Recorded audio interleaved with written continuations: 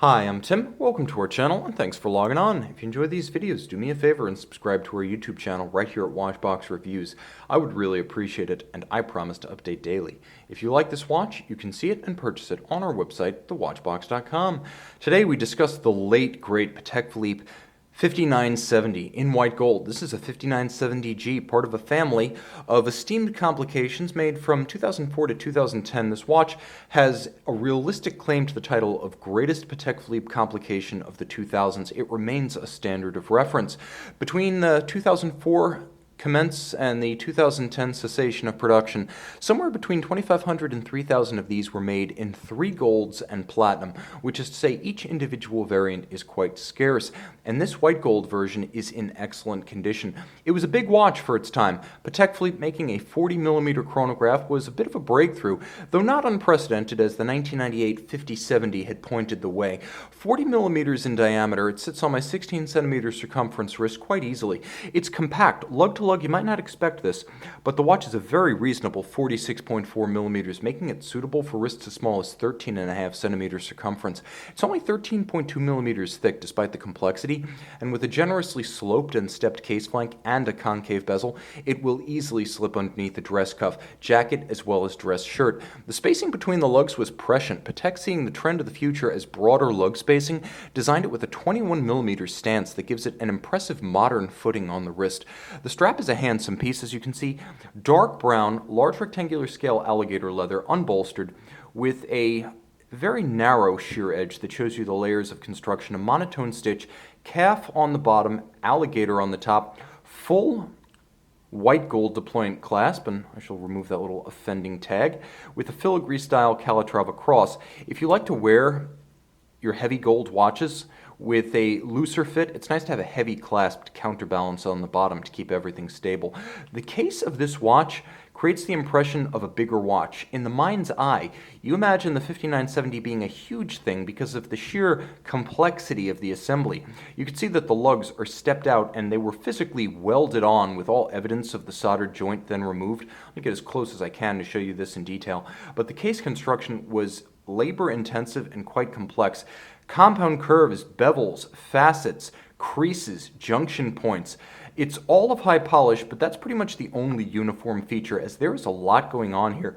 But all of it is done in superb taste, and I will mention the only clear satin finish that you'll find is atop the vintage-inspired lozenge-style chronograph pushers, as there is a satin top and there is a satin bottom, and then the flanks are all of high polish to match the case. Impressive attention to detail. The bezel concave, because this was a large watch. Patek often uses concave bezels to pare down the visual mass of a timepiece.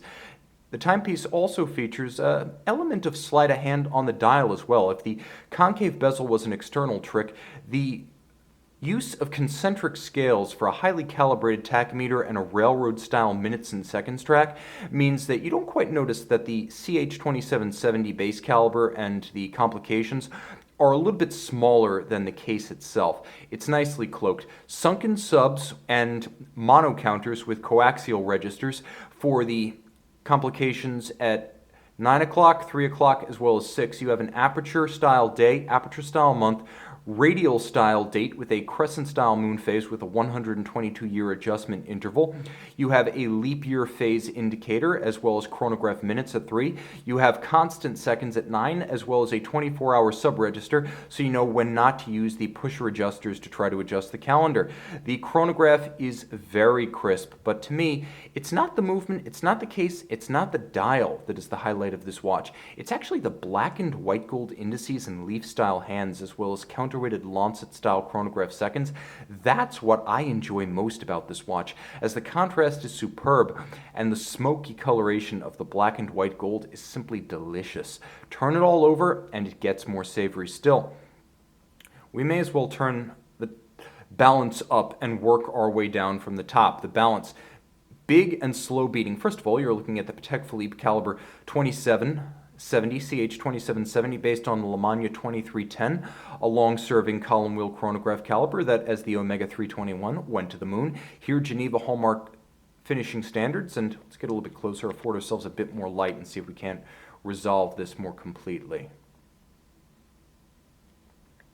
Okay, now, That big slow beating balance, 18,000 vibrations per hour, overcoil hairspring to help the watch take and hold precise adjustment, and the overcoil is excellent for canceling the effects of gravity via concentric beating of the hairspring, that is concentric breathing in any orientation with respect to gravity, helps the watch to take an excellent adjustment by Patek Philippe's watchmakers in a chronometer-like 5 position. Gyromax style balance, allowing the watch to be adjusted precisely and then to hold that precise regulation in the face of bumps and disruptions on the wrist.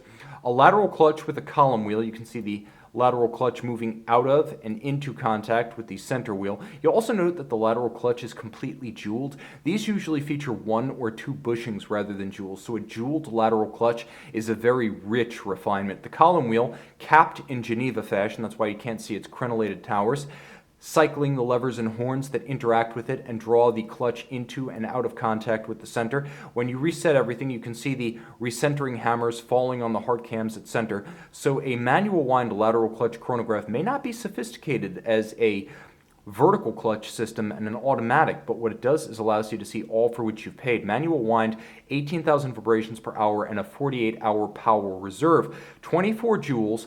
This one is 3HM water resistant, but if you put this in the water, I'm not sure we can be friends. Beautifully finished. You'll note the Geneva Hallmark is all that it's chalked up to be. Perfectly aligned Côte de Genève across the minimalist bridges. When I turn the watch flush to the camera, you really start to see the edges of the levers, the bridges, as well as the jewel and screw sinks light up. That's the mirrored anglage, the perfect rounding off of edges. There is a satin grain or a brushed finish across the chronograph levers, and there's a tight perlage on the base plate. All screw heads are black polished, and of course the system featuring upscale olive center jewels. So even the jewels themselves have been selected specifically to be more expensive and also more functional, as the olive eye center is better at retaining lubrication. This is a sophisticated, old-fashioned movement finished to the highest standards of modern luxury watchmaking. You can see it, and you can make the entirety of this Patek Philippe 5970G yours on the Watchbox.